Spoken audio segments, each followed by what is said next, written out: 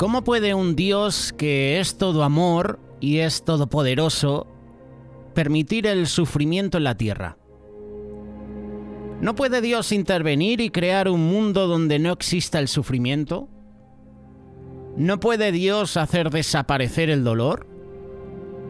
Estas son preguntas que muchas veces nos hacemos. Estas son preguntas incluso por las que muchas personas, y sobre todo personas que llevan años sirviendo a Dios, se hacen. Cuando escuchamos hablar de la vida de Job, muchos deseamos tener esa entereza, ¿verdad?, espiritual, tener esa firmeza, tener esa convicción. Todos queremos ser como Job, pero no todos queremos pasar por ese tiempo que estuvo Job en pruebas, en aflicción. Esta es una pregunta difícil y también muy común.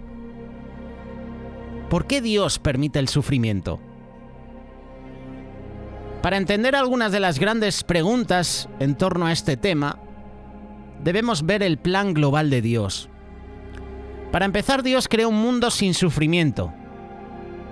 Este era el cielo y la tierra antes de la caída en el pecado.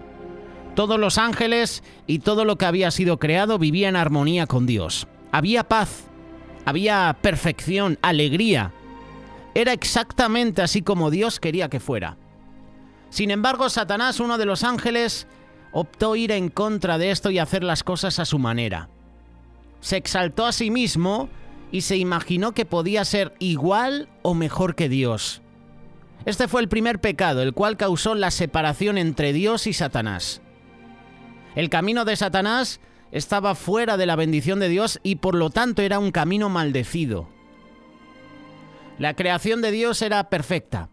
Adán y Eva, las primeras personas, recibieron una voluntad libre. Sin embargo, eran puros y por eso tenían contacto directo y comunión con Dios. Satanás estaba lleno de maldad y quería destruir esa armonía.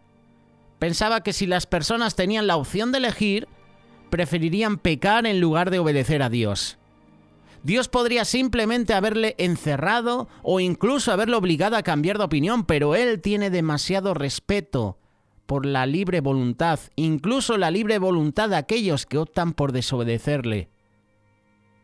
Así que en lugar de obligar a Satanás a regresar a la luz, Dios tuvo que hacer manifiesto que el camino del pecado solo conducía al sufrimiento. Cuando Dios creó la tierra, su intención fue que llegara a ser una extensión de la paz y la armonía en el cielo. Sin embargo, Satanás igual tuvo acceso a la tierra y tentó a Eva en el jardín del Edén. Cuando Satanás le ofreció a Eva la elección entre seguir el camino de Dios o el camino del pecado, tuvo Dios la profunda esperanza que elegiría sus caminos. Todo lo que Dios anhelaba era que las personas fueran felices. Sabía que el único camino para esto era que fueran obedientes. Y desafortunadamente Eva decidió creer en el camino de Satanás, el camino de la maldición, y convenció a Adán de hacer lo mismo. Debido al enorme respeto por la libre voluntad que tenían ellos, tuvo que dar un paso atrás y dejar que Adán y Eva cosecharan las consecuencias de sus acciones. Todo el sufrimiento, todo el dolor, cada lágrima que se ha derramado sobre la tierra ha sido por el resultado directo o indirecto del pecado. Incluso los desastres naturales ocurren porque el mundo fue maldecido. Puedes encontrar algunas referencias en Romanos capítulo 8, versículo 20 y 21. El pecado contaminó todo. Fue empeorando cada vez más con el paso del tiempo. Cuando una persona comete pecado, cosecha sufrimiento. Las personas a su alrededor sufren, la tierra misma sufre. La misma naturaleza fue corrompida con espinas y cardos. Y esto no fue un Dios rencoroso que exageró en los castigos. Este fue el resultado natural de las leyes que Dios había creado mucho antes de formar la tierra. Sabía que pecar conllevaba sufrimiento. Y es por esto que hace un esfuerzo incansable para impedir que cometamos pecado. ¿Por qué Dios no hace nada para parar el sufrimiento? ¿Te has hecho alguna vez esta pregunta? ¿Has escuchado alguna vez esta pregunta? ¿Por qué Dios no hace nada para parar el sufrimiento? Dios podría intervenir en cualquier momento y parar el sufrimiento. Podría contener su mano y salvarnos del dolor. Él es todopoderoso. Sin embargo, si lo hacía, no hubiera podido jamás demostrar ante cualquier duda que Satanás se equivocó. El pecado es la causa del sufrimiento. Dios lo sabe. Ahora quiere demostrárselo a toda la creación. Para Dios es una gran aflicción ver su creación sufrir. Su anhelo es que esto se acabe y que pueda extender su mano y ayudarnos. El objetivo final de Dios es detener todo sufrimiento por la eternidad. Quiere que toda la creación exista junta, en perfecta armonía como lo fue en el principio. Pero esta vez tiene que asegurarse que nadie puede traer el pecado en la nueva creación. Por eso ha tenido que tener la capacidad de demostrar ante cualquier sombra de duda que es solo el pecado lo que conduce a la miseria, al sufrimiento. Y para obtener esta evidencia, Dios tiene que seguir las leyes que Él mismo ha creado. La intención de Dios con nosotros no es solo demostrar que el pecado trae sufrimiento, es aún más importante demostrar que vivir sin pecado trae alegría, trae paz, trae armonía. A mí, que soy menos que el más pequeño de todos los santos, me fue dada esta gracia de anunciar entre los gentiles el evangelio de las inescrutables riquezas de Cristo y de aclarar a todos cuál sea la dispensación del misterio escondido desde los siglos en Dios que creó todas las cosas, para que la multiforme sabiduría de Dios sea ahora dada a conocer por medio de la Iglesia a los principados y potestades en los lugares celestiales. Efesios capítulo 3, versículo 8 en adelante. Este es el punto central del plan de Dios con la humanidad. El golpe final devastador contra Satanás. Al enviar a Jesús, su propio Hijo, a la tierra como un hombre, pudo de una vez por todas demostrar que era posible vencer a Satanás y su engaño. Como ser humano, Jesús fue tentado en todo según nuestra semejanza, pero en cada situación eligió hacer la voluntad de Dios en lugar de la suya, de modo que jamás pecó. Cuando Jesús fue crucificado y clamó, «Consumado es», la victoria fue total. Satanás nunca pudo ser capaz de tomar el control del Espíritu de Jesús, que ahora podía volver a Dios perfecto y lleno de la naturaleza divina. Pero esto no se detuvo allí. Jesús hizo esto de modo que pudiera mostrar el camino a los demás.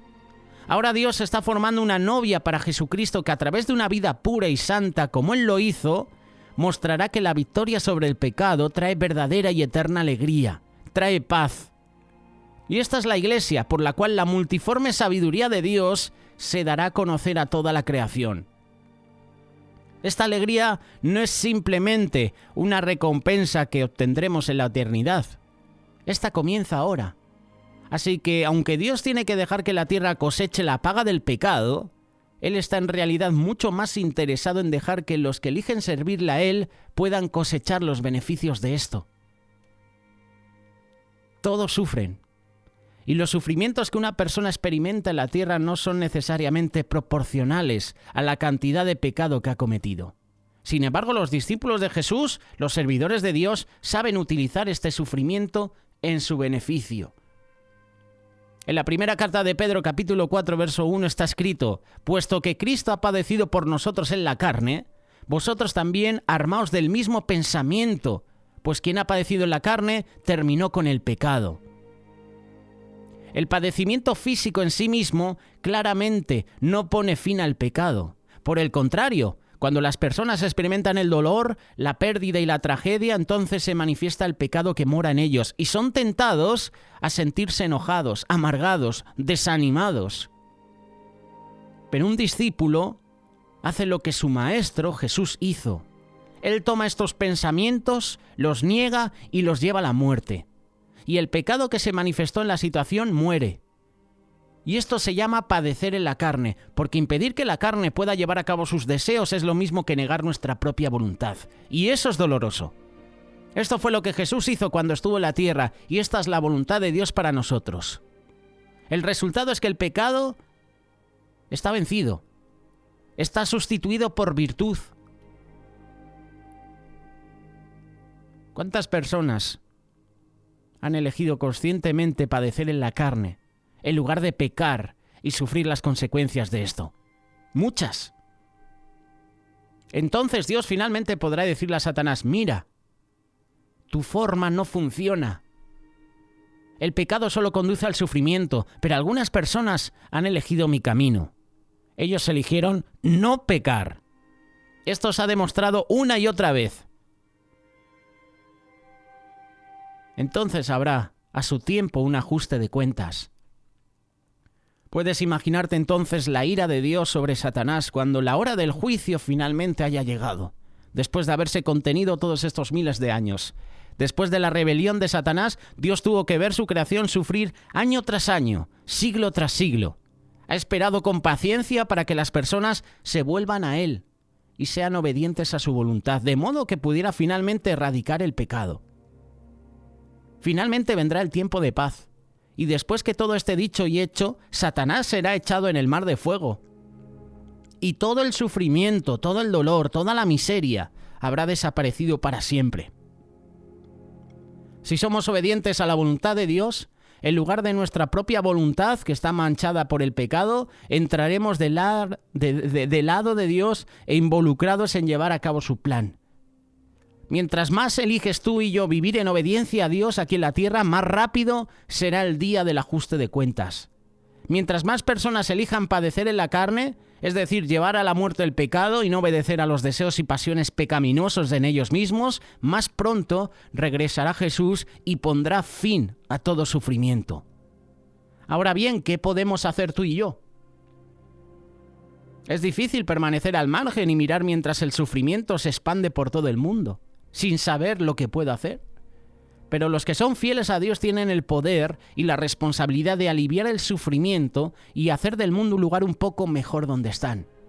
Tú y yo ahora mismo podemos llevar el Evangelio, podemos llevar las buenas nuevas a las personas que no conocen a Cristo.